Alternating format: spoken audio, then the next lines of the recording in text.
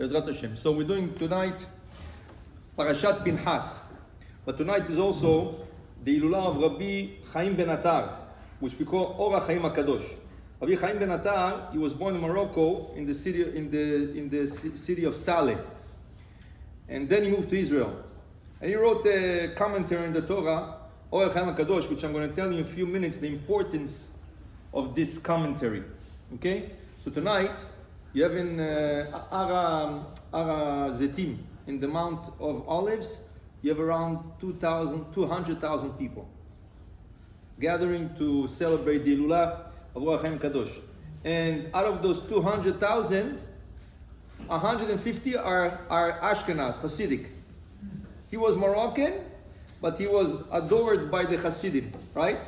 To the point that his book on the Torah, which is called HaChaim הקדוש, is studied by all the Hasidim.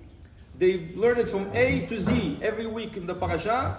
They even have books which divide the parasha into sections, 7 sections. So they learn Sunday, they learn one section, Monday they learn another section, Tuesday, and then they finish the whole parasha. So we're going to speak about the parasha, okay? But first, we're going to speak a little bit about the tzaddik in connection with the parasha. They say if you want to have the zchut, a merit, and you don't have enough the merit to be on his tomb and pray, when you learn this book, when you learn the commentary of a tzaddik, if you wrote a book, right? If you wrote the book, you connect to the tzaddik. Especially HaChaim הקדוש didn't have children. He passed away without children. And they say he put all his kochot, he put all his powers into his book. So that's why they say a lot of people cannot have children. This is one of the things. You learn his book, it's a segulav to have children, of learning this book. Besides the other segulot. There's many good things from learning his book, right? So towards the middle of the class, we're going to learn a bit the few commentaries of the HaChaim הקדוש. But first, let's speak about the tzaddik himself. HaChaim הקדוש was the only rabbi in the world, not in Morocco, not in Israel, in the world, who knew the secret when we do netilat yadayim, when we wash our hands for bread. Okay? As you know,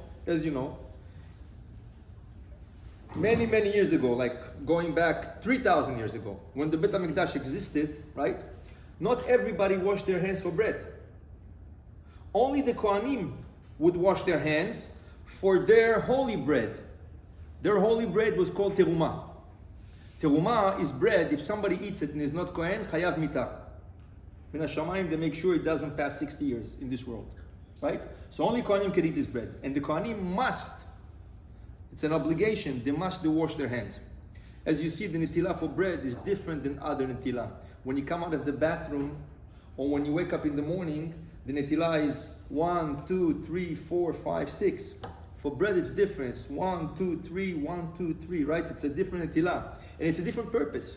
When you go into the bathroom, or when you wake up in the morning, the reason you do netilah because of impurity.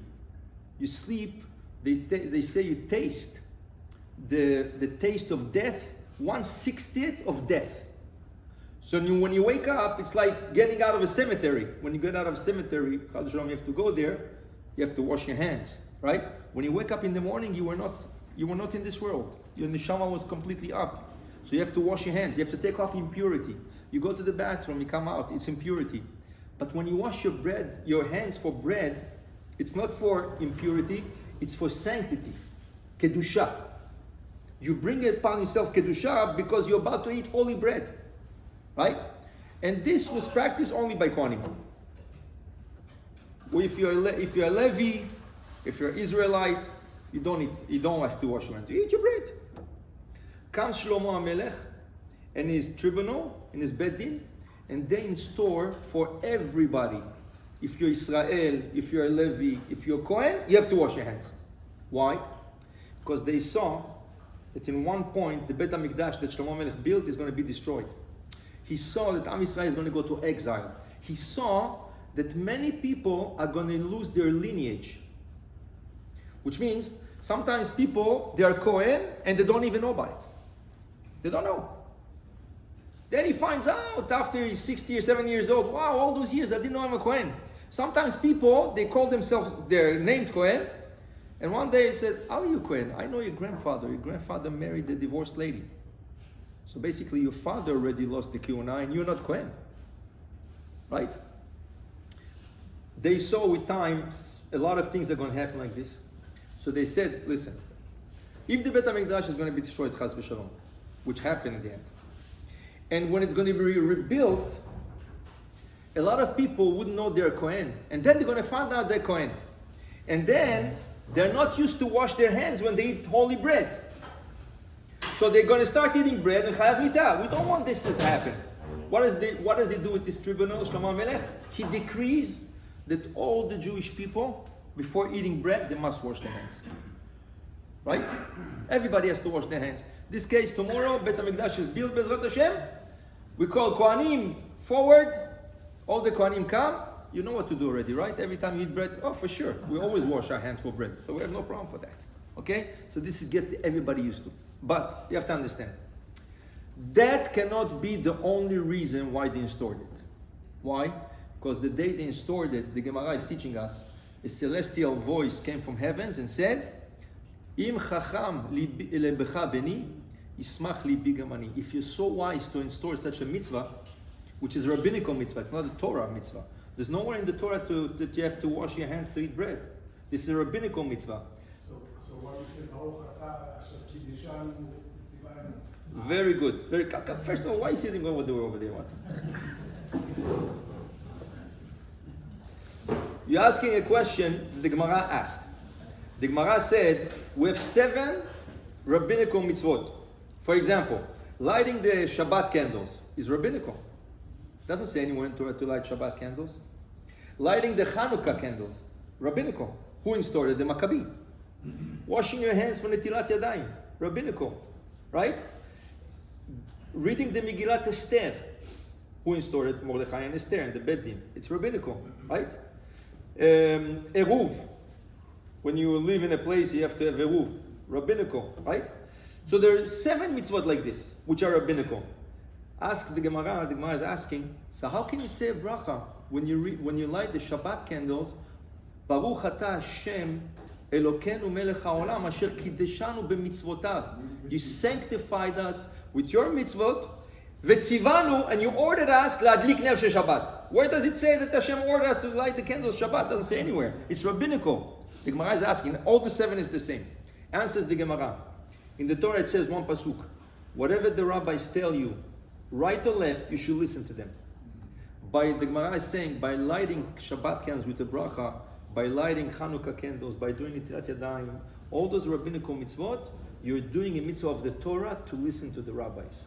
So it's Asher Kideshanu b'mitzvotav v'tzivanu. He ordered us to listen to them, to light the candle Shabbat, to light the candles of Hanukkah, and all the rest.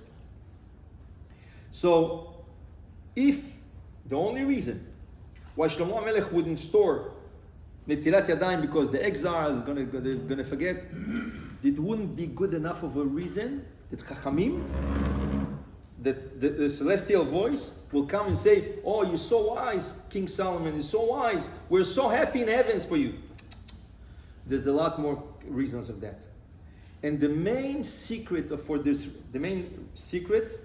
only one person in the world had the secret. Who is it? Rabbi Chaim ben Attar. He's the only one who had it. They give it to one person at a time in a generation. To the point that Rabbi Chaim ben Attar lived in the East countries, like in Mediterranean, Morocco, Israel. In Europe, at the same time, lived a big tzaddik also, at the same time. Baal Shem Tov. Rabbi Israel Baal Shem Tov. And the Baal Shem Tov wanted so much to know the secret. So at night, when he went to sleep, he asked in his dream, Shamayim, he asked heavens, can I go to Israel to meet HaChaim HaKadosh to learn the secret? And they told him no. And the reason for that, because if 2 people are going to know about it, especially you and him, Mashiach has to come. But it's not time yet. So he cannot do that. He waited a month or 2. After a month or 2, he said, you know what, let me try. He took his daughter Adele. They went on a cruise, they went on a boat. They traveled to Israel. In the middle of the ocean, the ship broke down. They had no choice but to go back. He almost died. Rabbi Israel Abba Hashem almost died. And he says, oh, Min HaShamayim you don't want. But one day, he's sitting in Seudah Shelishit on Shabbat with his Hasidim. And all of a sudden, he gets a little bit sad. And they say, Rebbe, what's wrong? He says, oh, HaChaim HaKadosh just passed away. And he called him, he didn't call him Oh HaChaim, he said, Nera Ma'aravi, the Western candle. Why the Western candle? It's because in Bet HaMikdash, in the menorah, when we had the menorah, 7 branches, this candle, the second one, was called the Western candle. This candle was lit 1 year straight, from Rosh Hashanah to Rosh Hashanah. They put the same amount of oil as they would put for the other candles. All the candles would last one night, from night to day. The oil would finish in day. The second candle, from the left to the right, the second candle, which was called Nera Ma'aravi, Amar Rabbi Yochanan, Ani Ra'itiyu, I saw this candle, it was lighting from Rosh Hashanah to Rosh Hashanah. So he said, this Or HaChaim HaKadosh is the Western candle. He says, Nera Ma'aravi. So they asked him, Rebbe, how do you know that? How do you know that? He says, very simple. As long as he was alive, I was not able to obtain the secret of Netilat Yadayim. I just got the secret. So I know he passed away. And it was like this. Motzei Shabbat, they tried to find out. They found out that Or HaChaim HaKadosh passed away on the 15th of Tammuz, on Shabbat, just before Seudah Shlishit. He passed away. Just to tell you about him, the Baba Elazar, the son of Baba Sali, right? He used to give out the books. He used to give out the books of Or HaChaim HaKadosh when somebody made Chanukat HaBayit. So they told him, why give us Or HaChaim HaKadosh?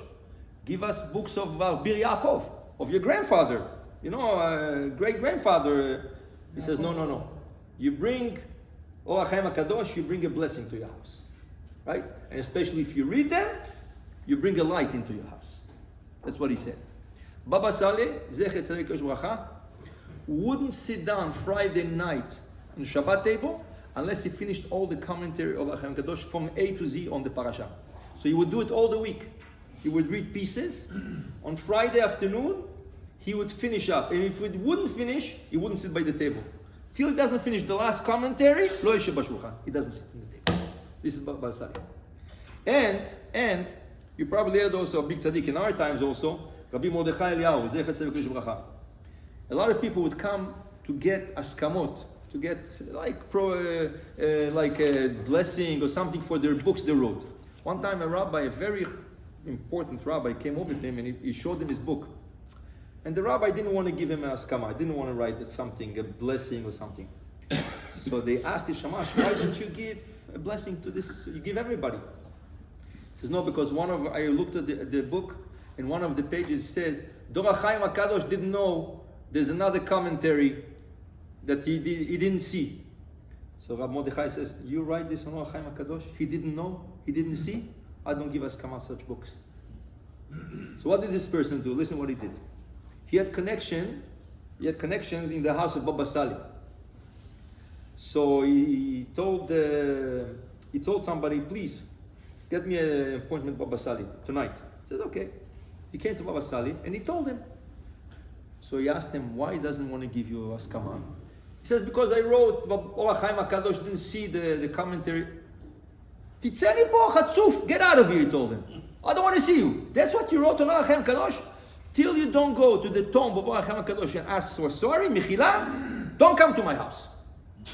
And very good he didn't give you askama. This person got scared. In the middle of the night, 2 o'clock in the morning, he went to Or HaChaim HaKadosh, Har HaZitim, Pachad. In the daytime is Pachad. He went to Har HaZitim. He was praying there till 5 o'clock in the morning. Apparently, Or HaChaim HaKadosh revealed to him. 6 o'clock in the morning, he runs to the house of Rabbi Mordechai Eliyahu. He knocks on the door. Rabbi Mordechai says, he said himself, he sees a man, an old man. He says, 6 o'clock in the morning. So he opens him, hi, Maish. Oh, Mato Sefer, what are you doing here? He says, Baba Sali told me, and I went to the tomb, and I was stayed there the whole night. Okay, but say that. No, I have to tell you something. He says, what? He spoke to me, Or HaChaim HaKadosh spoke to me, and he told me, Mechila, but don't do this again. And he told me, you're wrong. he sent me where to look for the right commentary. So Rav Mordechai Eliyahu said, החיים הקדוש, נגלה אליך. אוקיי, אם אתה מאמין, בסדר. בסדר, לך תתפלל, go daven. He says, no, I'm telling you. He says, okay. He finished there, he went to Baba Sali. He reached there around 9 o'clock in the morning, Netivot. Baba Sali saw him. He says, one second. תשב לאכול, you have to sit to eat now. He says, why? I didn't pray it. He says, no, you all night you were pikuach nefesh. Baba Sali knew he didn't sleep all night. He told Baba Sali, you know what happened? The HaKadosh spoke to me. He says, I believe you. He says, but Rav Mordechai Eliyahu doesn't believe me. He says, because he's not Moroccan. Only a Moroccan can believe you. Moroccans believe everything. If you're not Moroccan, no one believes you. And that was the end of the story. To tell you, HaChaim HaKadosh, you don't mess with him. This is Kadosh Elyon, right? And unfortunately, in the beginning, when he came to Israel, he lived in Israel 2 years and he passed away. He came from Morocco, settled in Israel, 2 years he passed away. But when he came to Israel, a lot of people were against him. People didn't know him. People didn't know he's a big tzaddik. So they thought, Stam עושה את עצמו מקובל, he's making himself מקובל. People didn't know. And when he passed away, they brought it to Har Hazitim. You know who his Talmid? His Talmid was Rabbi Chaim Yosef David Azulai, Chida. The Chida was Talmid. The Chida says, I saw.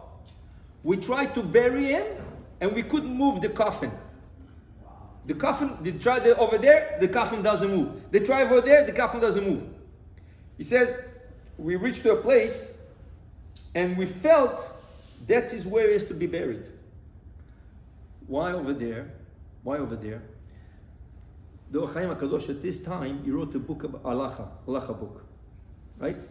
Pri Toar, right? And at that time was a big rabbi in Yerushalayim called Pri Chadash, Rabbi Chaim de Silva. They were both fighting in halacha, not Chadash fighting, in halacha they were fighting. So when they buried him, what did they see after the burial? He was buried head to head with Rabbi Chaim de Silva. Says the Chida, Rabbi Chaim Yosef de Ozai, Ani Raiti, I saw. Before we buried him, both neshamot were arguing. Rabbi Chaim de Silva told him, I don't want you to be buried here. And he told them, no, I have to be buried here. And then they came to agreement, and that's when we buried him. So he's buried next to, so they printed one book. They took two books and they put it together, and they called it Perot Genosar. Because Rabbi HaChaim HaKadosh book was called Pri Toar, and the other book was called Pri Chaim. So they put the two books together and they wrote Perot Genosar. And that's where he's buried. If you go today, they're buried one next to each other.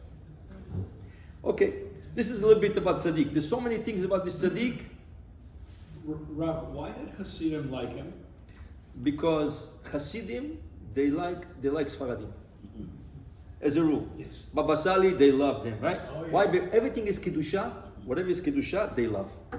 By them, their custom, everything is Kedusha. The Rebbe is Kedusha. And they know Sfaradim, they love Sephardim, right?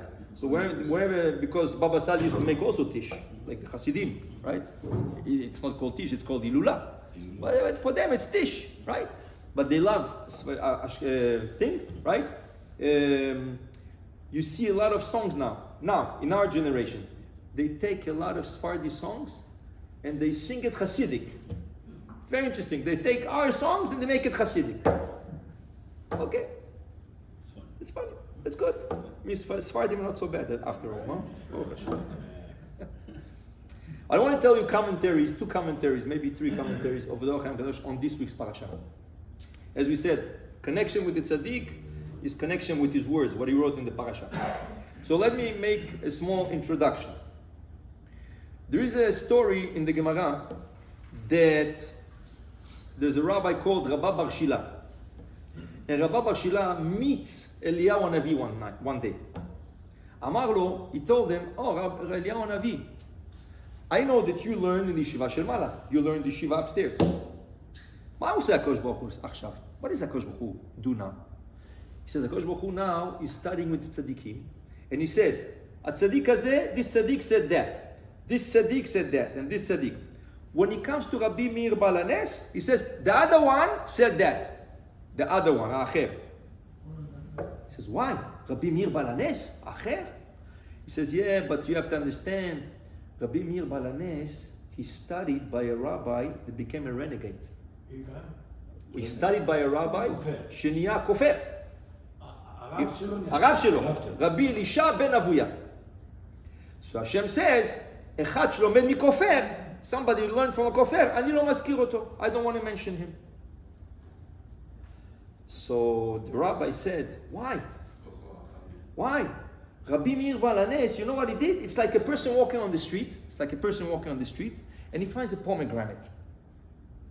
So he takes the pomegranate. When something was on the floor, it's dirty, right? But the pomegranate has a peel, right?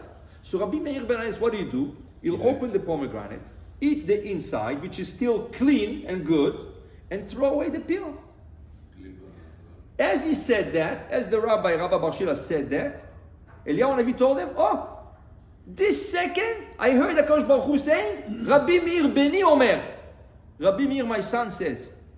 מה קרה? He was melamed zchut by saying that he was taking the inside of the pomegranate, though it's dirty, he was melamed zchut. It was a merit for Rabbi Meir Baal HaNes that what, even though his rabbi was a renegade, a kofer, but he always took the good from the rabbi, because he was a huge, in Torah he was a huge rabbi, right? So he took the good, he left all the bad. So that was good. From here we learn, says the Rav Chida, from here you learn, when you teach merits on Reshaim, right? You can bring them to Gan Eden. If you know somebody is wicked, and he says, no, you know, still he did a lot of mitzvot, still he was a good person, still he did this, did that, you able to, with your words, to bring a person to Gan Eden, even though he's a wicked person. And I want to show you tonight what part of his commentary is all about. Part. There's a lot of other things, but part of his commentary. This week's parasha, we have one of the perfect examples for this teaching. Last week's end of the parasha, we learned about what?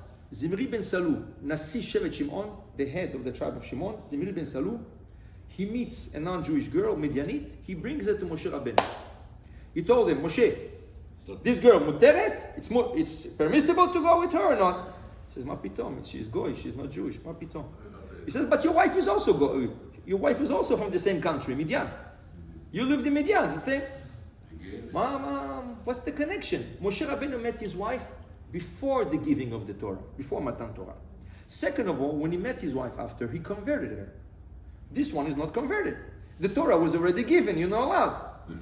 He didn't care, he took the girl, he went, and publicly he was with her.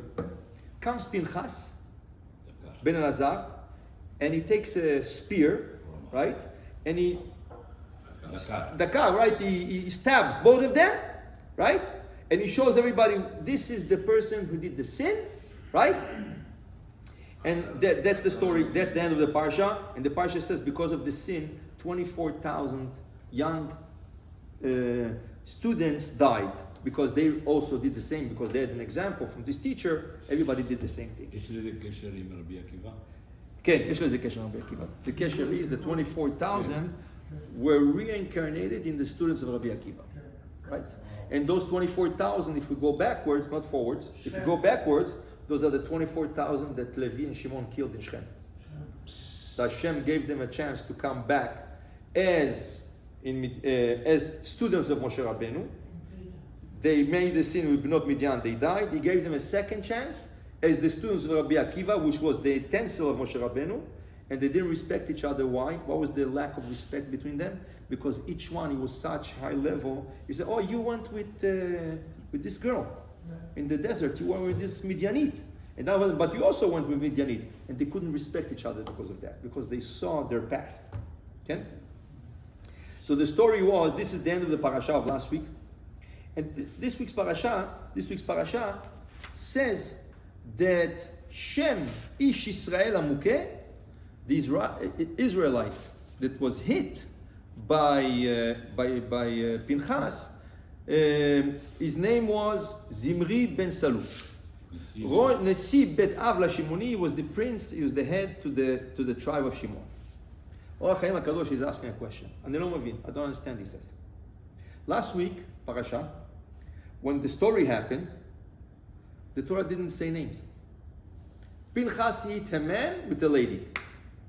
Ish, Isha, a man, a woman. Doesn't say names. Why? Says the HaKadosh, why? Because the Torah is not here to speak and to degrade afilu reshaim. Mi baladvarim. You can see example, he says, mekoshesh etzim. We had already 3 weeks ago an example. Somebody profaned Shabbat in front of the whole nation, right? And the Torah doesn't say his name. The Torah says, Ish mekoshesh etzim, a man. The Torah is not here to speak bad, not even of a Rasha. Not even a Rasha. A wicked people, the Torah doesn't mention his name. It shouldn't have like a black stain on his name, B'Shamayim, right? Torah is eternal. So he said, I don't understand, says the HaKadosh. Last week when the parasha finished, it says that Pinchas came and he hit a man, vayavo achar ish Israel, vayitkor et shneim, et ish Israel, v'et ha'isha, ish Israel v'isha, it doesn't say names. This week's parasha starts off by saying, and Pinchas hit the head of the tribe of Shimon, which is called Zimri ben Salu, and the woman, which is called Kozbi Batzur. He says, Lama ta mazkir shemot achshav? Why are you coming with names now? You usually don't say names. And he didn't say last week. What's the reason to say this week? He has like 6 commentaries. On this pasuk, he has 6 commentaries. I'm just reading the last one. He has like 6 commentaries. Right? And it's not unusual. Sometimes when he's asking a question, he can go up to 42 commentaries. Parashat Bechukotai, in the beginning, the first pasuk, he has 42 commentaries on the first pasuk. Okay? So the HaChaim asks a question. Sometimes he will give one answer, sometimes 5, 6, sometimes 42. In this one, he has 6. And I'm giving you the 6th one. The last one, which has to do with the shiur, with the class tonight. He says, the reason, right? The reason why, right? He would come and say his name, שהרי שאפילו אחר מעשה בשם ישראל יכונה. הלמדת שלא נעקר משורשו, כן? ואפילו שיקראו פנחס. He's teaching you. You know what the Torah said his name? If he would be Rasha, if he would be wicked, he wouldn't be deserved to mention his name. Because it says, Shem Reshaim Irkav. Now the Torah mentions his name. You know why? Just the opposite. To tell you, though he was hit, right, and punished, the Torah says, Shem Ish Israel. He still has a status of Israel. He still has a status of a tzaddik. He still has chelek la'olam haba. You know what sin he did? He caused the death of 24,000 young children who followed his example. Says the HaChaim, no. If the Torah mentions his name and the Torah says Shem Ish Israel, he is still Israel, that means he didn't lose his part to the next world. Does it say it in the Torah? No. But HaChaim הקדוש, when he says the commentary, is על פי רוח הקודש. וכשהוא אומר את זה, when he says that, that's to bring this neshama into Gan Eden.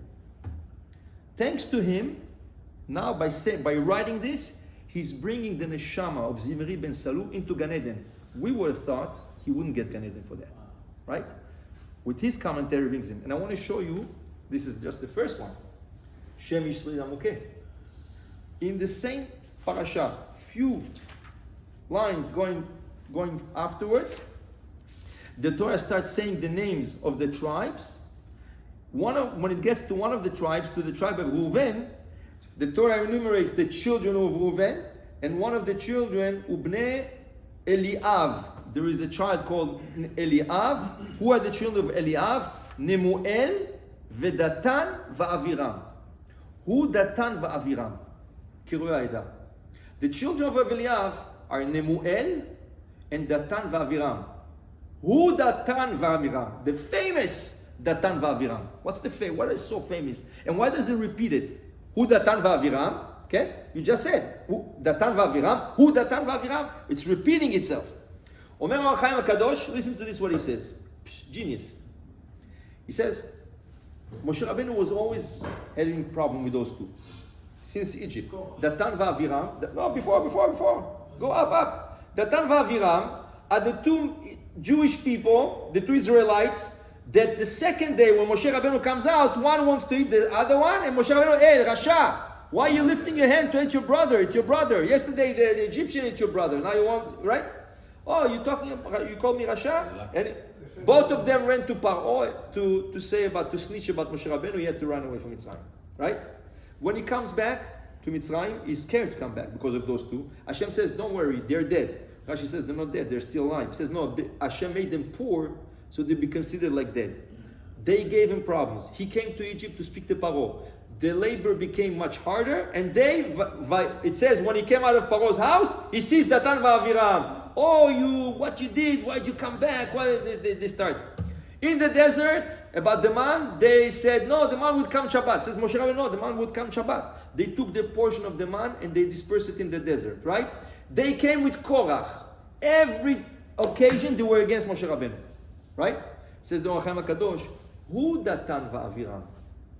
Listen what he says. He says, you should know, the whole story of Korach and the 250 men that were burned with the Ketoret, those two are the blame for it. Everything that happened to Datan, that happened to Korach, 300 people, 250 Makter Ketoret, plus 50 members of the family, Korach was a tzaddik. Everybody was tzaddik. Those two are the Reshaim. Why? What is he doing? You're taking an assembly of 300 people, and normally, according to the Torah, they are Reshaim. They brought Ketoret they were not supposed to bring, right?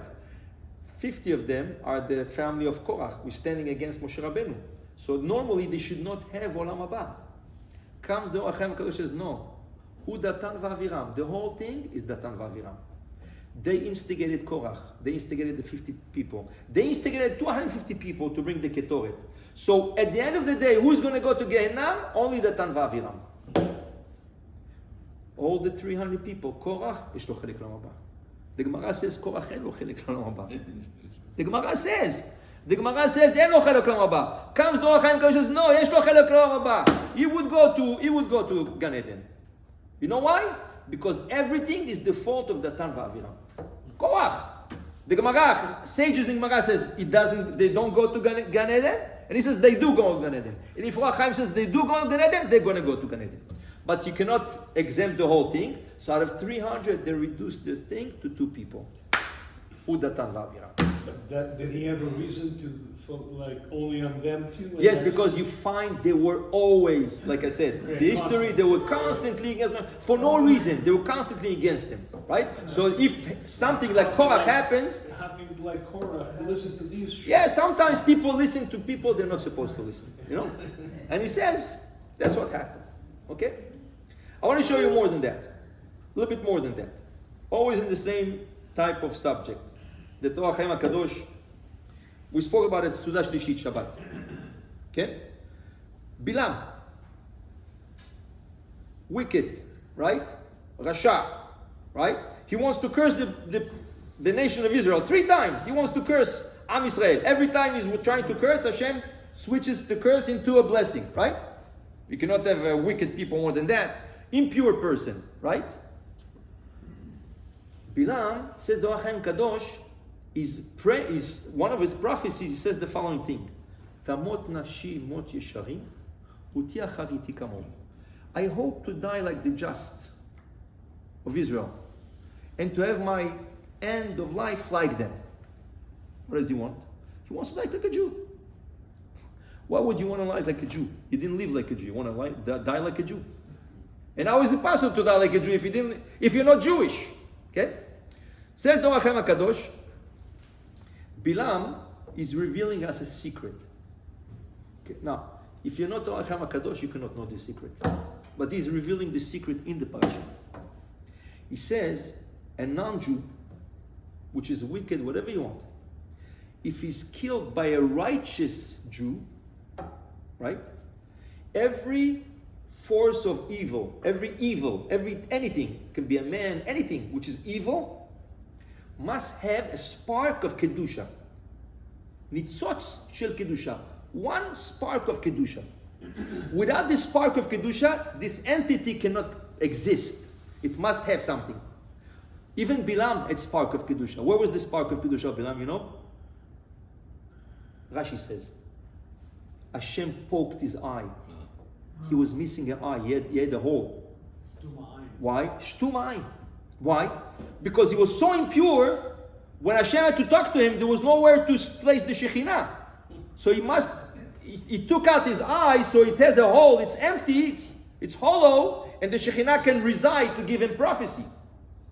So every entity of evil, of impurity, must have a spark, one little spark of Kedusha.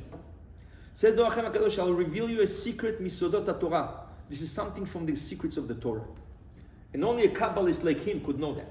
If such an evil thing gets killed by a Jew, but a righteous Jew, the spark of Kedusha leaves this entity and goes and sticks to the tzaddik. After, when this tzaddik passes away, it goes up with the tzaddik's neshama, and then it finds its place in Gan Eden. He says, Bilam was so impure, so wicked, so whatever you want. It took him a lot of years to repair and to refine his neshama, but in the end he succeeded. How did he succeed? His neshama came down begilgul bechamoro shel Rabbi Pinchas ben Yair, the donkey of the father-in-law of Rabbi Shimon Bar Yochai, called Rabbi Pinchas ben Yair. What do you mean? So this is a tikkun? Listen to this. What the Gemara says in Brachot. The Gemara says, if the first generations, the big tzaddikim, 3,000, 4,000, 5,000 years ago, were like angels, considered like angels, anachnu, bnei adam, we are like regular people. If the first generation are, you say they are regular people, anachnu, hamorim, we are donkeys. But one second, we are donkeys, not even close to the donkey of Rabbi Pinchas ben Yair. And who is Rabbi Pinchas ben Yair donkey? Bilam HaRasha.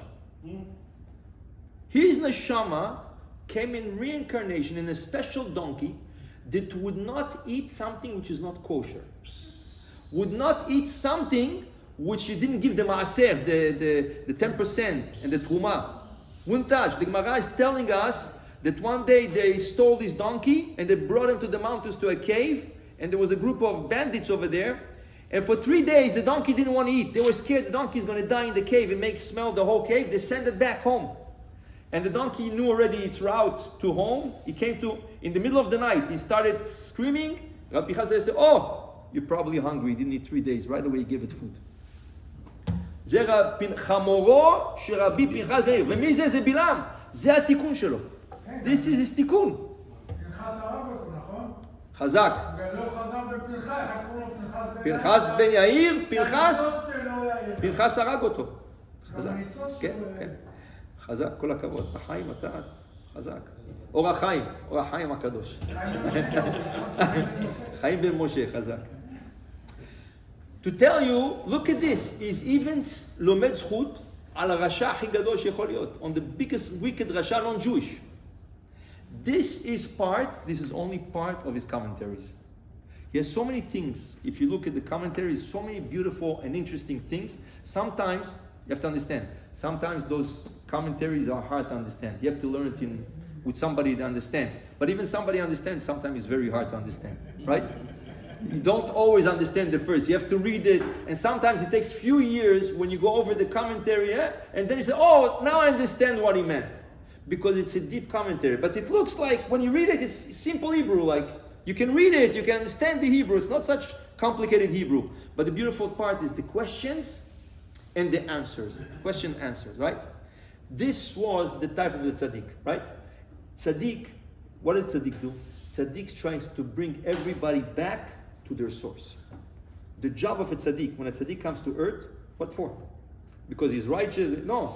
Because he wants to take all the Jews and bring them back to their source. So he doesn't go look for the tzaddikim, because they can help themselves.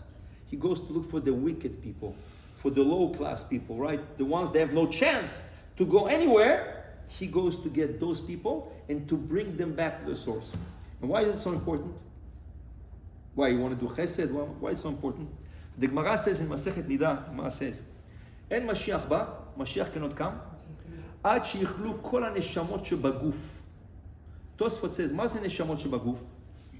Mashiach cannot come till all the souls from a chamber, there's a chamber up there called guf. It's like a room full of neshamot. Every time there's a baby born, a Jewish baby born, they take the neshama from there. Oh, you have to go now. You have to be born in Australia, Japan, Canada, in America, right? They bring down the neshamot, right? When all the neshamot are going to finish there, this is when Mashiach is going to come.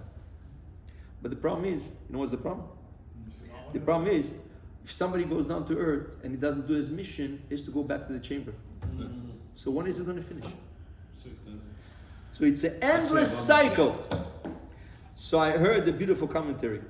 One of the commentaries said, you know when it's going to end? When the generation, a generation is going to be righteous and meriting, is going to have a merit. What does Hashem do? Let's say 60,000 neshama still are in this chamber, right? Because who takes those 60,000, compacts it into one neshama and sends it down to earth. Where do we see an example of this in the Torah? Parachat Shemot. Parachat Shemot says, each lady in Egypt had sextuplets, right? ובני ישראל פרו וישרצו ויעצמו וירבו במאוד מאוד. Minimum is 6 babies. The minimum in Egypt was 6 babies. The Midrash is telling us there was one exceptional lady, she gave birth to 600,000 babies. Oh, 600,000, come on. What, every second she gave birth to a baby? Says the Midrash, no.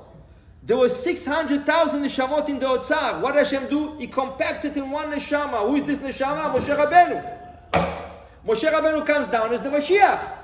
He saves the Jews. Say the commentaries. Ad shichlu neshamot shebaguf. As many as neshama stay there, if the generation has a schut, HaKadosh Baruch Hu is going to take all the neshamot, form one tzaddik, send it down to earth, and he's going to be the Goel. He's going to be the Mashiach.